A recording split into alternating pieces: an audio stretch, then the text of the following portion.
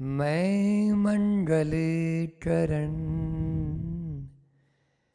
वीतराग विज्ञान नमो ताई जाते भई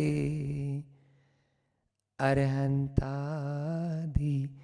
महान जो विद्यादि सागर सुधी जो विद्यादि सागर सुधी गुरु हैं हितेशी शुद्धात्म में निरत नित्य हितोपदेशी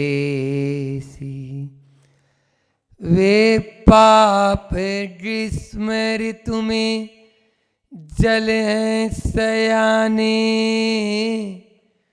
पूजूं उन्हें सतत केवल ज्ञान पाने वंदू उन्हें सतत केवल ज्ञान पाने।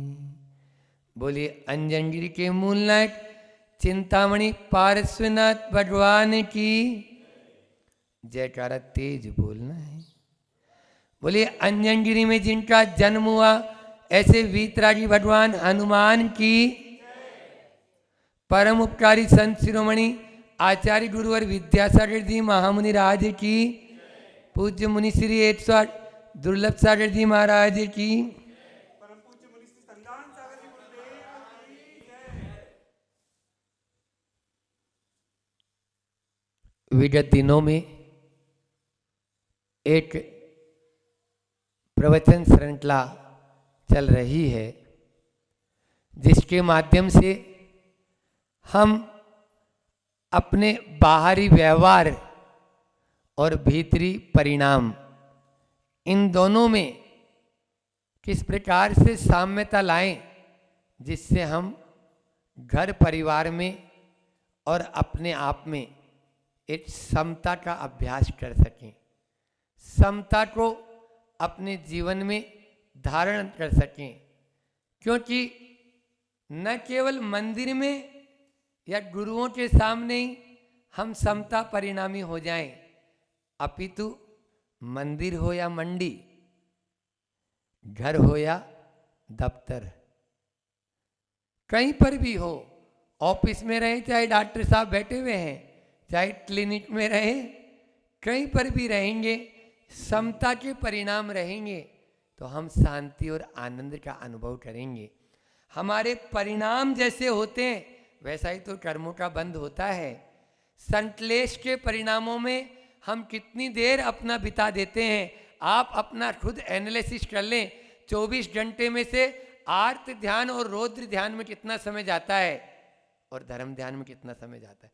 धर्म ध्यान केवल मंदिर में बैठकर ही नहीं होता है, धर्म ध्यान केवल पहाड़ की वंदना करते समय ही नहीं होता है कि धर्म ध्यान केवल हम पहाड़ के ऊपर गुफा में जाएंगे तभी धर्म ध्यान होगा।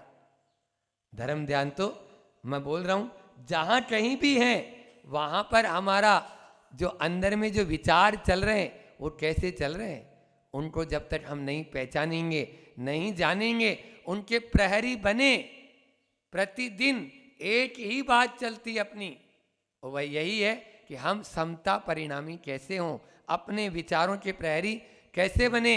खान पान, रहन सहन, सोच विचार, आचार व्यवहार में यदि हिंसा है, क्योंकि जैसा खावे अन्न और वैसा होवे। आप अपने मन को सुधारना चाहते हो, पहले इनको तो सुधार लो।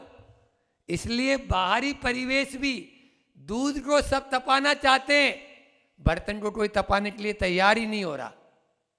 बिना बर्तन को तपाए आज तक दूध तपा नहीं है, लिख लो। आत्मा और परमात्मा की बात हम करना चाहते हैं, लेकिन पहले अपने आचरण को भी तो सुधारना होगा।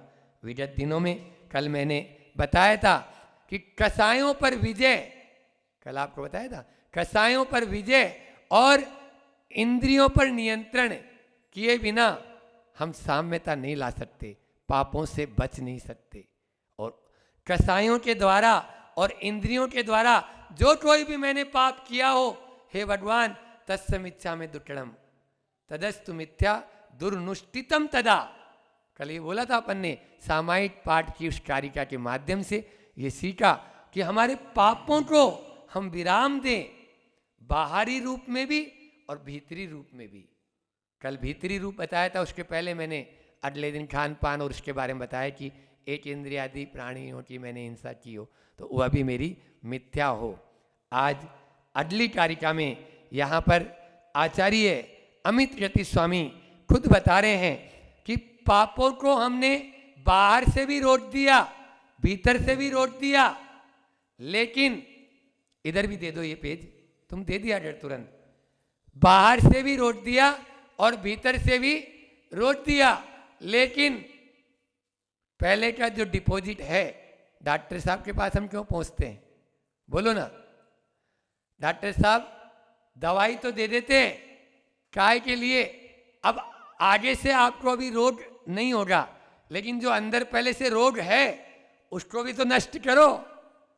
उसको नष्ट नहीं करेंगे, जो संचित पाप कर्म हैं उसको यदि हम नहीं निकालेंगे तो क्या हम मुक्ति को प्राप्त करेंगे? क्या हम निर्जरा के अधिकारी होंगे? बोलो, नहीं हो सकते। इसलिए पाप बाहर से रोका, भीतर से रोका, लेकिन जो संचित पाप है उसको भी नष्ट करने के लिए आज यह है अगली 7वें नंबर की कारिका है। पढ़ते हैं, मैं उच्चारण करता हूं। विनिंदिनालो चंगर निरे हम मनोवचय काय कसाय निर्मितम निहिम निपापम भवदुःखिकारिणम विसर्ग विसमंत्र गुणेरिवाकिलम। अब आप लोग उच्चारण करेंगे। विनिंदिनालो चंगरिणे हम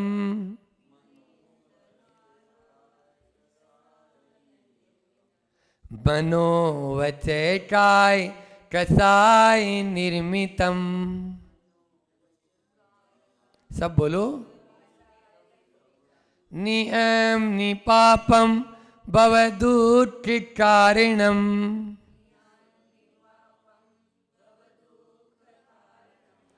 विसर्ग विसमंत्र गुणेरिवाखिलम।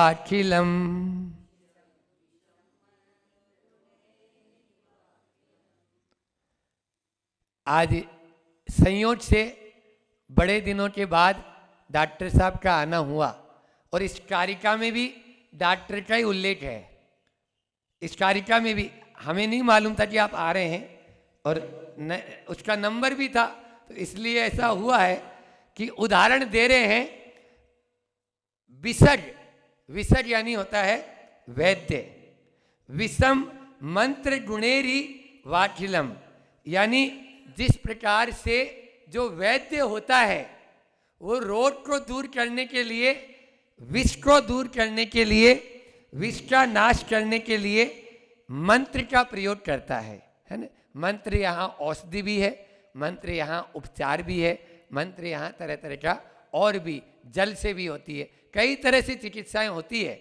आचार्य पूज्यपाद स्वामी ने बहुत अच्छा शांति भक्ति में वहाँ बताया कि तोय आदि से भी होता है, हवन आदि से भी, मंत्र आदि से भी उच्चारण इलाज होता है। केवल मात्र ऐसा समझ लेना, जल से भी चिकित्सा होती है, होती है। पंचभूत जो है उनसे चिकित्सा होती है, नहीं होती है? तो इसलिए उनसे भी चिकित्सा होती है। तो यहाँ पर भी जिस प्रकार से वैद्य मंत्र आदि के द्वारा विष का नाश करता है, वैसे ही विनिंद नालोचन गरहनिरहम, यहाँ 3 शब्द है। अभी हम लोग मूलाचार पढ़ रहे हैं ना, उसमें भी आया ये निंदा, आलोचन और ग्रहा।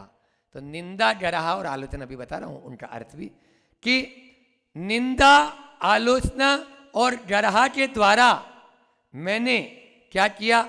मनो वचय काय कसाय निर्मितम, मन से, वचन से, काय से, और ये मन वचन काय नहीं, इनके अंदर कसाय का पुट और दे दिया जो आग लगा देती है, ठीक है ना। क्रोध मान माया लोभ का पुट उसमें देते चले जाते हैं, उसके अंदर ईंधन डालते हैं अपन, आग लगी हुई है तो, है ना, किसी के यहाँ थोड़ी सी भी, तो आप लोग आग लगी है तो पानी डालते हुए पेट्रोल, पानी तभी बुझेगी ना। लेकिन कसाई क्या है, कसाई क्या है, पेट्रोल। वो पेट्रोल मत डालो, तो मन वचन काय और कसाई के निर्मित से, उसके निमित्त से उपार्जित किया मैंने, निहिम्नि पापम भव दुख कारणम, जो भव का दुख का कारण है क्या, पाप। हमें इस भव दुख में कौन घुमा रहा है, पाप। इस संसार दुख का कारण क्या है, पाप। तो वह पाप मैं नष्ट करता हूं, काय के द्वारा, निंदा करता हूं, आलोचना करता हूं, ग्रह करता हूं। ये इसका अर्थ है, शाब्दिक अर्थ तो यही हुआ है कि, फिर से बता रहा हूं कि हे भगवान, जिस प्रकार से वैद्य विष को दूर कर देता है उपचार के माध्यम से, उसी प्रकार से मैं अपनी निंदा, ग्रह और आलोचना के माध्यम से, मन वचन काय कसाई से जो पापों का अर्जन किया, उन सब का प्रक्षालन करता हूँ, उनको दूर करता हूँ। लेकिन विडंबना, बड़ी स्थिति अलग है। देखो, पाप 4 शब्द है। पाप से डरना, पाप की क्रिया से डरना, पाप के फल से डरना और पाप करके डरना। क्या बोला, पाप से डर, पाप क्रिया से डर, पाप के फल से डर और पाप करके डर। तो पाप करके तो सभी डरते हैं, जितने भी इंसान हैं वो पाप करने के बाद डरते हैं। अरे पाप से डरो, पाप करके मत डरो। क्या बोला, पाप से डरो, पाप करके मत डरो। अब पाप कर दिया, महाराज जी क्या उपदेश दे रहे हो, हाँ पाप कर दिया तो भोगने के लिए तैयार रहो। क्यों, क्योंकि जो पाप किया है मैंने वो मुझे फल देगा ही। अब नया पाप मत मानो, आप अब रो रहे हो, पाप के उदय में रो मत, समता परिणाम रखो। यही सामायिक पाठ है। पाप के उदय में रोना नहीं है, क्योंकि जो अपन ने किया है वही तो फल दे रहा है। तो पाप की क्रिया से डरना है, पाप के फल से और पाप करके नहीं डरना है। पाप से डरो, पाप की क्रिया से डरो, 2 से डरो, और पाप के फल से और पाप करके मत डरो। सीधी सीधी बात। तब आप नवीन कर्म का बंध नहीं करेंगे। आपने देखा होगा, चाहे श्री कृष्ण भी हैं, है ना, अंजना, यहीं का उदाहरण ले लो, अंजन गिरी में बैठे हो आप लोग, तो अंजना ने कभी किसी को दोष नहीं दिया। उन्होंने अपने पति को एक बार भी नहीं कोसा, 22 साल तक मुंह से नहीं बोला। लेकिन कभी, यहाँ तो 22 घंटे नहीं बोले तो तलाक देने वहाँ कोर्ट में चले जाएंगे कि क्यों मेरी तरफ नहीं देखा आपने 22 घंटे तक। वहाँ 22 साल की बात बोल रहा हूँ। और पिता दरवाजा बंद कर लिया, बोलो, फिर भी कभी किसी को उन्होंने कोसा नहीं, दोष नहीं दिया, क्योंकि वो जानती थी कि ये मेरे पाप का फल है, जानती थी। और बताया भी, पद्म पुराण पढ़ लो, पढ़ी रही है ना। पद्म पुराण में स्पष्ट आया कि पूर्व भव में कुछ समय के लिए प्रतिमा का अनादर किया था, तो ये हाल हुआ उसका यहाँ पर। तो यहाँ पर भी पाप के फल से नहीं डरना, पाप करके नहीं डरना। उसके बाद में जो है उसको स्वीकार कर लो। कल मैंने कहा था आप लोगों से कि पाप से बचना और पाप को त्यागना, ठीक है ना। पाप से बचने के लिए धर्म मत करो, पाप त्यागने के लिए धर्म करो। क्या बोला, पाप से बचने के लिए धर्म मत करो, पाप को त्यागने के लिए धर्म करो। पाप से बचेंगे लेकिन उसमें आपके पाप कटेंगे नहीं। जो पुराना जो संचित है, यहाँ पर संचित पाप की बात मैंने पहले ही भूमिका उठाने का बताई थी कि जो संचित पाप है उसको काटना है, क्योंकि पाप का त्यागना और पाप का काटना ये भी दो अलग अलग बात है, ठीक है ना। पाप का त्याग तो कर दिया, लेकिन पाप को काटा कहाँ। आपने नियम ले लिया कि ये नियम है मेरा, अब मैं रात्रि भोजन नहीं करूँगा। जो अभी तक किया था उसका कौन भोगेगा, बोलो ना, आपने त्याग कर दिया आज कि हमने पाप का त्याग कर दिया महाराज जी, आज से रात्रि भोजन नहीं करेंगे, तो ये त्याग कहलाया। वो काटना भी तो है, जो पीछे पहले डिपॉजिट है उसको भी अपने अकाउंट में है। इसलिए होता क्या है, बड़ी विडंबना है, आचार संहिता केवल चुनाव में लगती है। तो आचार्य श्री जी के पास में नेमावर में, जो इंदौर में रहती है ना ताई, क्या नाम है, सुमित्रा महाजन, वो आई तो सुमित्रा महाजन बोली कि आचार्य श्री जी आशीर्वाद दें, और जो है आपके हमें आचार संहिता लग गई है और अब चुनाव में जो है हम खड़े हुए। आचार्य श्री जी बोलते हैं क्या 2 महीने के लिए आचार संहिता है क्या, फिर 4 साल और 10 महीने के लिए अनाचार संहिता लग जाती है क्या? बोलो, आचार संहिता क्या 2 महीने के लिए है क्या, फिर बाकी दिन अनाचार संहिता? इस अनाचार संहिता के द्वारा ही पाप का बंधन हो रहा है। बस ये हमारे मन में आ जाए कि प्रतिपल आचार संहिता है, हमेशा आचार संहिता है। हम चाहे कहीं पर भी हों, मैंने बात की शुरुआत ही वहीं से की थी कि चाहे घर में हो, जितनी देर मंदिर में रहेंगे उतनी देर आचार संहिता, उतनी देर लड़की की तरफ नहीं देखेंगे तो भैया पाप हो जाएगा, उतनी देर कोई गलत काम नहीं करेंगे तो पाप हो जाएगा। बाहर जाते ही पाप है, बोलो, बाहर जाते ही अनाचार, वो आचार संहिता नहीं है क्या? आप हमारे संपर्क में जितनी देर हैं उतनी देर तो आप पाप का त्याग किए हुए। अभी किसी को गुस्सा नहीं आ रहा है, ठीक है, अच्छी बात है, लेकिन घर पर भी तो नहीं आए, वो भी वहां पर भी तो आचार संहिता लागू करो। आप यहां पर तो आचार संहिता कर लिए, केवल मंदिर में और गुरुओं के पास में या जिनवाणी पढ़ते हैं, स्वाध्याय करते हैं, उतनी देर तो हम आचार संहिता लागू है, बाकी देर भी पाप को आपको बचना होगा, आपको वो त्यागना होगा, तभी हमारा पुराना संचित पाप कटेगा, अन्यथा नहीं कट पाएगा। राजा श्रेणिक का भी अभी श्रेणिक चारित्र का स्वाध्याय 1-2 दिन में पूर्ण होने वाला है, वह भी चल रहा है। उसमें राजा श्रेणिक का एक कथानक आता है कि राजा श्रेणिक ने अज्ञानता की अवस्था में यशोधर मुनिराज पर सर्प डाल दिया, नरक का बंद हो गया। वो रोने लगा फूट फूट के, भगवान मुझे बचा लो, मैं नरक नहीं जाना चाहता और सब काम कर लूंगा, आप जो बोलोगे वो नियम लेने के लिए तैयार हूं, लेकिन नरक नहीं जाना चाहता। लेकिन कहते हैं ना कि जिसकी जैसी एक बार बांध लिया ने तो तुम अब कितना ही रो, पाप करने से डरो और पाप के फल से, पाप करके मत डरो, पाप करने से डरना है। बस वही था, 3 काम कर ले, समझाने की दृष्टि से होता है, हमारे पास में कोई आता है तो ऐसा ही बोलते हैं, तो वहां पर दिया कि 3 काम कर लो। श्वेतांबर के उधर भी आती है कथा, उनमें से कोई सा भी एक कर लो, चलो कौन बनेगा करोड़पति में होता है ना जैसे, तो 50-50 वाला, 3 में से कोई एक कर लेना, तुम नरक नहीं जाओगे। कौन कौन से काम है? पहला काम है कि तुम्हारी जो दादी है वो आज तक मेरे दर्शन को नहीं आई, बस उसको दर्शन करा दे। दूसरा है कि तुम्हारे यहाँ जो दासी है वो दासी भी मेरे दर्शन को, दासी ने आज तक कभी अपना द्रव्य दान में नहीं दिया, तो वह एक अपने तरफ से कोई दान दे दे। और तीसरा है कि तुम्हारे यहाँ काल सौकित नाम का एक कसाई रहता है, वो प्रतिदिन 500 भैंसों का वध करता है, 1 दिन के लिए उसका वध रुकवा दे। इन 3 काम में से कोई भी एक काम कर ले, तुम नरक नहीं जाओगे।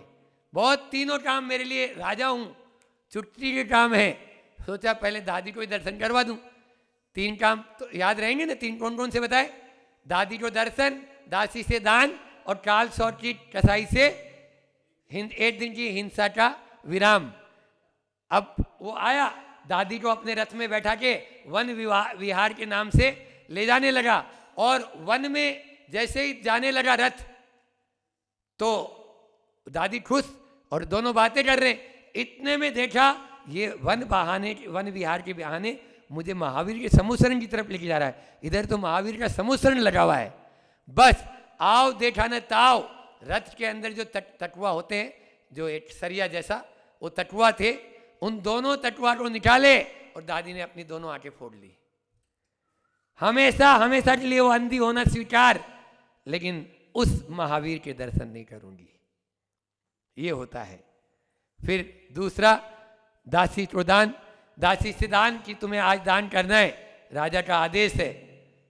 दान करने के लिए जैसे तैयार हुई, दान दे रही थी, बोलती है मैं दान तो दे रही हूं, लेकिन राजा का दबाव है इसलिए मैं दान दे रही हूं। ये भी दान नहीं कहलाएगा, स्वस्याति सर्वदानम। फिर आगे तीसरा जो है वहां पर काल सोची को एक दिन के लिए वध रुकवा दो। वध रुकवाने की बात आई तो एक दिन वो नहीं माना तो राजा के सेवक कोतवाल गए और पकड़ के उसको जेल में बंद कर दिए। बोले एक दिन जेल में बंद रहेगा तो फिर कहाँ से मारेगा। वो जेल के अंदर भी इतना मैल उसके शरीर पर चढ़ा हुआ था, कभी नहाया ही नहीं। वो मैल की बत्तियां बना बना के और उनके 500 भैंसे बनाए और उनको अलग कर रहा है। आटे की मुर्गी कहानी याद कर लेना, जो लैपटॉप पर मोबाइल पर जो कार्टून और ये देखते हैं ना, उनको किस प्रकार का दोष लगता है हिंसा का, ये इस कहानी से है कि वो उन मतलब जिसको बोलते हैं ना भाव हिंसा, हाँ ये भाव हिंसा है। उसने तुरंत 500 भैंसे बनाए और उनको मारकर अपना जो प्रण था वो पूरा किया। तीनों काम में से एक भी काम नहीं हो पाया क्योंकि नरक जाना अनिवार्य था। पाप का फल भोगना ही पड़ेगा, भोगना ही पड़ेगा। ये तो छोड़ो, आचार्य श्री जी का संस्मरण याद आ गया आप लोगों के पुण्य से कि आचार्य श्री जी, समय तो हो गया, आचार्य श्री जी जो है आपके एक दिन सवेरे सवेरे शुद्धि करा रहा था तो देखा आज आचार्य श्री जी के पाँव में एक बहुत लंबी लाइन यूँ लगी हुई। तो ये लाइन कैसे है, तो ये लाइन किसी ने रात में वैयावर्ती कर रहा होगा तो वो खींच गया। तो वैयावर्ती करके वो तो पुण्य कमा रहा है और आचार्य श्री जी का भी पुण्य है, तभी तो वैयावर्ती आ रहा है। लेकिन वो जो बिल्कुल लाइन हो गई है वो उसके नाखून की निशानी थी, बिल्कुल वो नाखून पूरा खून ब्लड यानी वहाँ पर जमा हुआ था। तो ये भी भोगना ही पड़ेगा, कैसा ही कर लो। पुराना पुण्य के साथ में पाप भी अपना फल कहीं कहीं तो दे ही देता है। इस प्रकार से अपन को पाप के फल से और पाप करके डरना नहीं है, आज का यही है। और इसके लिए क्या करें, इसलिए धीरे धीरे सुधरना है। सुधरना या बदलना ही साधना है। सबसे अच्छा कोटेशन है निरापद सागर जी अपने कमरे में लिखाए हुए थे ना, सुधरना या बदलना, तो सुधरना ही साधना है। जितना जितना सुधरोगे, कौन कहता है इस पंचम काल में मोक्ष नहीं है। अरे मैं छाती ठोक के कहता हूं इस पंचम काल में भी मोक्ष है और यहीं से मोक्ष है। बोलो मुक्ति है, जाना चाहते हो डॉक्टर साहब, जाना चाहते हो? हाँ, जितना जितना आप अपने दोष, दुर्बलताओं और दुर्गुणों से जितना जितना आप दूर होते जाएंगे, उतना उतना मुक्ति के करीब होते जाएंगे, उतना उतना मुक्ति के पास होते चले जाएंगे। ये मुक्ति तो है, दोषों से मुक्ति, दुर्गुणों से मुक्ति, दुर्बलताओं से मुक्ति, तो दुखों से मुक्ति अपना आप ही हो जाएगी। एक न एक दिन दुखों से मुक्ति हो जाएगी। आज का ये हाइकू लेकर अपनी वाणी को विराम दूंगा कि पीछे भी देखो पिछलग्गू न बनो, पीछे भी देखो पिछलग्गू न बनो, पीछे रहोगे। अर्थ बहुत सरल है कि पीछे देखना है हमें। जो हमारे पूर्वज हुए हैं, जो हमारे आचार्य हुए हैं, जो हमारे तीर्थंकर हुए हैं, उनको देखो। पाश्चात्य संस्कृति के पिछलग्गू मत बनो, नहीं तो पीछे रहोगे। इसलिए पीछे न रहें, हम भी आगे बढ़ें और आगे बढ़ते चले जाएं और पापों से बचें, इसी भावना के साथ में। और आलोचना, ये रह गया। ये 3 शब्द आए थे ना। तो निंदा, निंदा यानी निंदा है अपने स्वयं के अंदर ही अंदर हम आत्मनि, अभी मूलाचार में ये कारिका आई थी, उसका अर्थ है कि आत्मनि आविष् करोमि निंदामि। अपनी आत्मा में जो हम निंदा करते हैं वो है अपनी आलोचना। और गढ़ा पर प्रकाशनीयम गणनीयम, दूसरों के सामने हम कोई करते हैं वो गढ़ा है, और गुरु के सामने जो हम प्रकट करते हैं वो आलोचना है। निंदा और गढ़ा, तो गढ़ा का मतलब है दूसरों के कोई के भी सामने कर सकते हैं, ठीक है ना। जैसे एक साधु दूसरे के सामने, मैं इनको अपना पाप बता सकता हूँ, ये मुझे बता देते हैं, ठीक है ना, तो ये गढ़ा कर। लेकिन गुरु के सामने आलोचना होगी और स्वयं अपनी खुद ही कर ली, नहीं नहीं तौबा तौबा, मुझे ऐसा नहीं करना था, ये क्या किया मैंने, अपराध है ये मेरा, तो ये निंदा। तो निंदा अपनी स्वयं के अंदर होती है, गढ़ा दूसरों के सामने, और आलोचना गुरु के सामने। ये 3 शब्द थे। बोले अहिंसा परमो धर्म की, आचार्य गुरुवर विद्यासागर जी महाराज। आप सबकी ओर से और मैं अपनी